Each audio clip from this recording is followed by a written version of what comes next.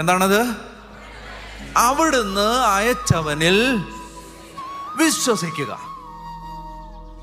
പിതാവിനെ പ്രസാദിപ്പിക്കുന്ന പ്രവൃത്തി ഇതാണ്. അവിടുന്ന് അയച്ചവനിൽ വിശ്വസിക്കുക. വിശ്വസിച്ചോ? ഇത് വെറുതെ ജനറൽ സ്റ്റേറ്റ്മെന്റ് അല്ല. ശ്രദ്ധിക്കണേ, ജനറൽ സ്റ്റേറ്റ്മെന്റ് അല്ല. അവിടുന്ന് അയച്ച ഞാൻ പറയുന്ന ഈ കാര്യങ്ങളിൽ വിശ്വസിക്കുക. ഏത് കാര്യങ്ങൾ? എൻ്റെ ശരീരം ഭക്ഷിക്കണം, എൻ്റെ രക്തം പാനം ചെയ്യണം എന്ന് ഞാൻ പറയുന്ന ഈ കാര്യങ്ങൾ നിങ്ങൾ വിശ്വസിച്ചാൽ ദൈവത്തിന് പ്രസാദകരമായ ഒരു ജീവിതമായിരിക്കും നിങ്ങളുടെ. വിശുദ്ധ കുർബാനയെ സ്നേഹിക്കുന്നവനെ പിതാവായ ദൈവം സ്നേഹിക്കും.